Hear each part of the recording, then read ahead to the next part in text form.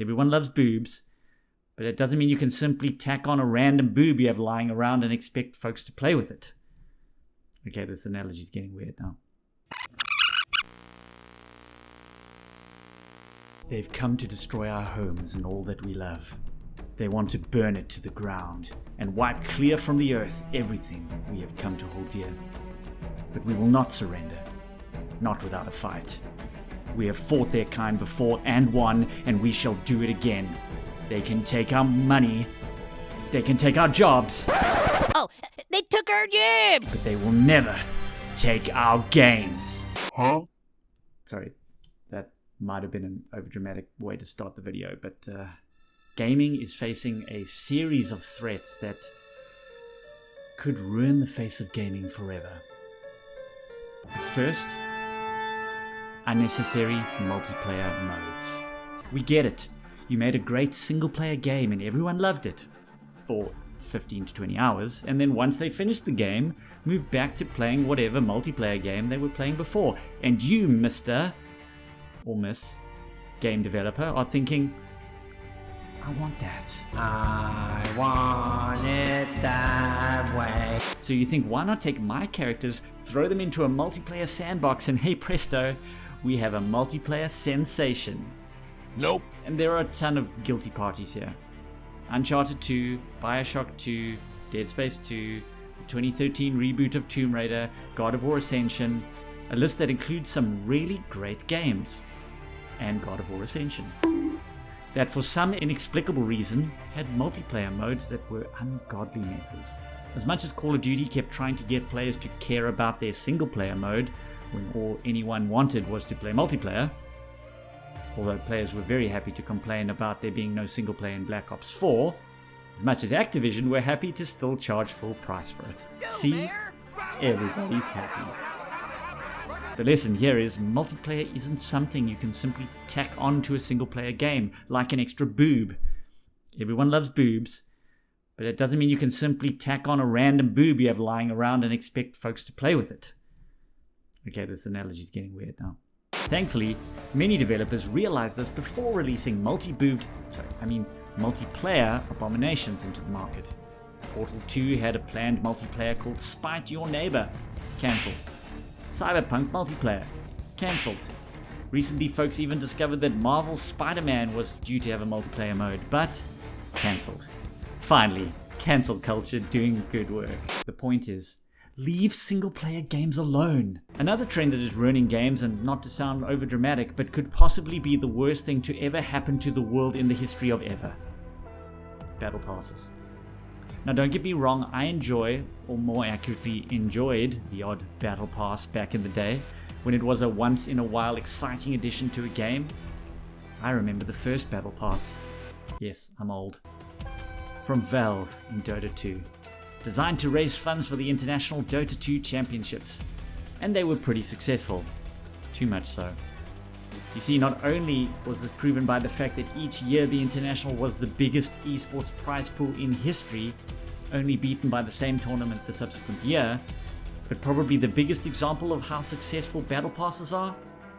They are everywhere. Every game from mobile to PC, battle royales to card games, all are using battle passes, or whatever name they choose to call it, to try to get more money out of players. I understand free-to-play games like Dota 2 having this sort of system to boost revenues of their free game by selling purely cosmetic items to players. But now we even have games with $60 retail price tags including battle passes on top of the purchase price. Some will even have meta-defining, at best, or game-breaking, at worst, items included in the battle pass that you can't obtain any other way than having to buy the battle pass. All this sounds pretty bad, right? But the worst part of this battle pass malarkey... What? I said malarkey, I told you, I'm old. The worst part is that these games and their battle passes create so much fear of missing out, or FOMO as the kids say, that in order to get all the shiny perks in the battle pass, you have to play the game nearly non-stop to ever hope to ever get the shiniest of shinies at the end of the battle pass. Heaven forbid you happen to miss a daily quest because you have a life or other obligations or wish to play a different game. May God have mercy on your soul if you ever intend to try play more than one game that has a battle pass in the same month. Say goodbye to family, friends, your job, sleep schedule, mental health, whatever that is, as you grind for shiny new cosmetics. When I get this rat costume, then people will respect me. And now a word from our sponsors. New Bop It Extreme, the fun game of doing what you're told. It's easy and super fun. Just do whatever the brainwashing device tells you. Twist it, bop it, flick it, bop it. Like and subscribe now. Thankfully, it's not too late to remedy these curses on the gaming landscape. We've done it before, and we can do it again. We survived the scourge that was 1 billion plastic peripherals. I'm looking at you, Nintendo. And for the most part, we've managed to overcome the plague that was quick-time event boss fights. There is, however, one more cursed trend in gaming that needs to be destroyed with extreme prejudice. And I'm not even talking about NFTs, loot boxes, or microtransactions. Those are topics for another day. For the love of all that is sacred in this world, please, can we get rid of the blight that is arbitrarily always online single-player games? I get it. For online multiplayer games, you need players to be, well, online. Duh. What I'm talking about is games that have single-player modes, or are sometimes entirely single-player games that still require you to have a constant connection to their servers to play. So if you've got no internet, or bad internet, or aren't geographically near a server because maybe, I don't know, like 20% of the planet you live in Africa, where most games put their launch time logos on their server maps instead of, well, actual servers, or your internet goes down for whatever reason. And so you reconcile yourself to your new state of isolation by playing your favorite single-player game, only to find out you can't even play that without internet access. The scary thing is, we've just sort of accepted it as okay because, it's just a few isolated games.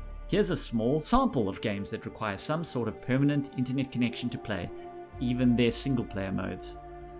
And the even scarier thing is, if these games decide they don't want to support the game anymore because running servers is expensive, or they want to force you to buy their latest sequel, they can just switch off the servers and leave you without the ability to even play the games you paid for, or access to all the shiny cosmetics and upgrades you bought through your own sweat and tears. Or more accurately, buttloads of money. Yoink! Hey! It's happened before, to dozens of games. And it could happen to you. Yes, you. People could not be able to access your server and not play you because you're a game in this analogy. Anyway, thanks for watching this episode. If you'd like to find out how Dark Souls made me quit my job, click here to find out. And again, thanks to our sponsor, Bop It. Seize the means of production. Must seize the means of production. Like and subscribe now. Like and subscribe now. Like and subscribe